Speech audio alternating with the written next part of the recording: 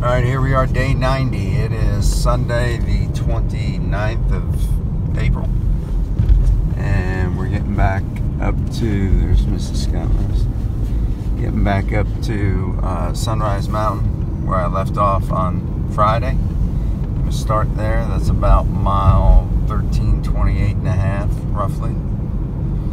And we're going to start pushing north from there. Hopefully do about 23 today.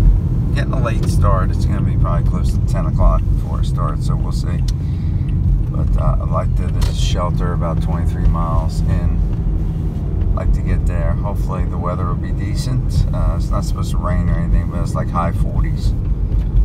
It'll be kind of, you know, cloudy today with periods of some sunshine. See, right now the sun's peeking out a little bit, but so that's what we got. Mrs. Scoutmaster and Grandma Scoutmaster, they're heading back today after they dropped me off. Had a good visit. This will probably be the last time I see them until I get done. Right, Miss Scoutmaster? That is correct. Yeah, she's all excited about that. Yeah, loads of excitement, can't you tell? Yeah. I'm happy. It's almost over. It's sad to leave you, so it'll be alright. I gotta get up here to this place. Alright, so that's where we're going now. Hopefully we'll have some good views today. Right, here we are, first view of the day. New Jersey, the Garden State. We're getting into High Point State Park. So, there's our first view. Alright, the trail's back this way.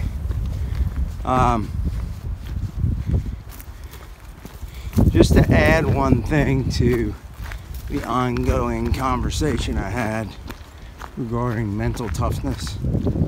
So, another thing nobody really talks about when it comes to mental toughness is, you know, if you're in a situation like I am where you're married, you know, or you have some kind of family, close family, that come and visit you while you're on the trail.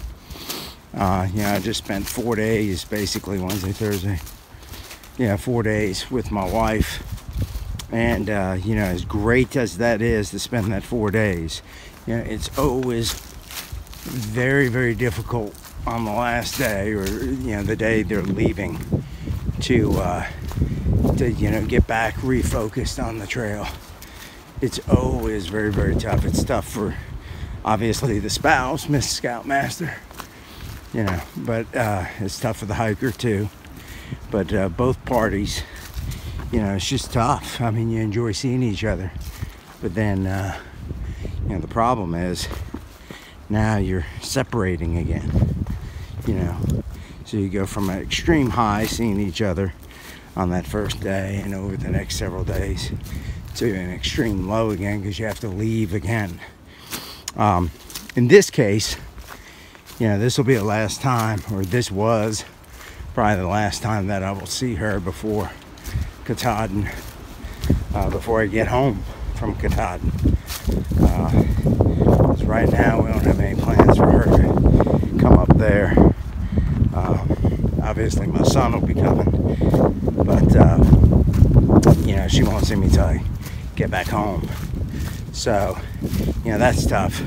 But again, mental toughness, you know, and perspective. You have to look at it in the sense that, why, yes, this is the last time you'll see me before I finish.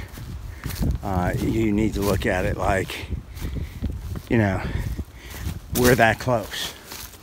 You know, there's no more, you know, next time you see me, I'm home. And I'm home, you know, for good.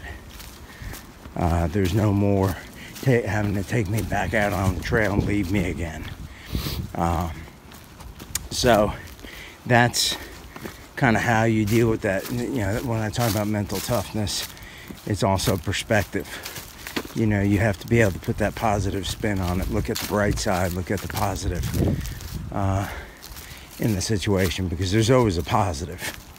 You know, the negative is, you know, we have to leave each other again, and we won't see each other for another 7 weeks or whatever it is, right? But the positive is, next time we do see each other, there's no more, you know, separation. So that's how I kind of deal with it. That's kind of how I think Mrs. Scoutmaster, or at least that's how I advise her to deal with it. You know, obviously she's her own person. She deals with stuff in her way. That's kind of how I deal with it and try to look at it.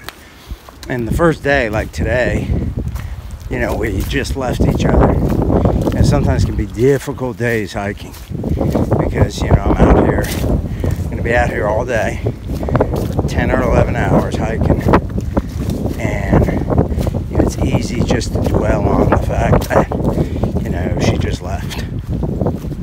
But we did to focus on what you got coming up and what you're trying to do, what you're trying to accomplish, and take your mind off that, because, you know, as time goes by, after the first day, second day, third day, you know, and you get further away from that separation that you went through, then, you know, it becomes easier. You know, you get more accustomed to the trail. You get more accustomed to the fact that, you know, that you forget about that separation moment, and you start focusing on the next time you can see each other again. So that's real key, I think, for people that are going to be having visitors on the trail, to be able to deal with that. So, all right, well, that's enough of my soapbox. Let's do some hiking. All right. Another New Jersey view. Pretty cool.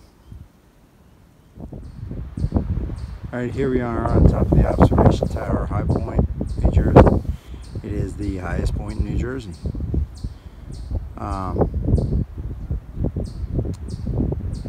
And right there you can see that's the Veterans Memorial right there, tower. There you go. All right, here we are walking through a pasture. Kind of reminds you of Virginia a little bit. But pretty good day today so far. We're, I don't know, getting close to, we might be like 11 miles from the shelter, something like that, roughly.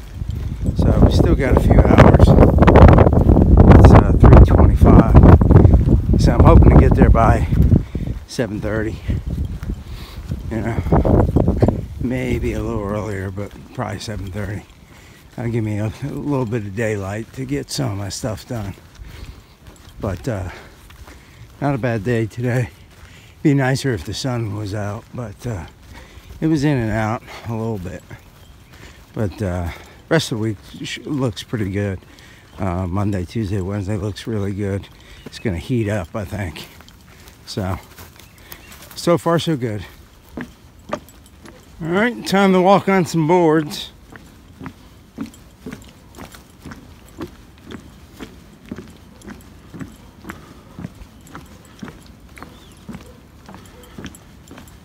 Beach walking on rocks.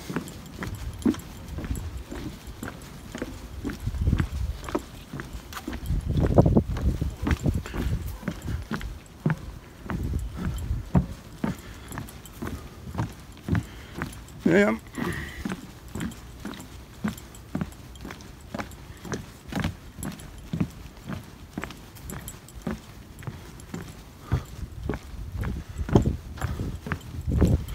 On a pretty good distance.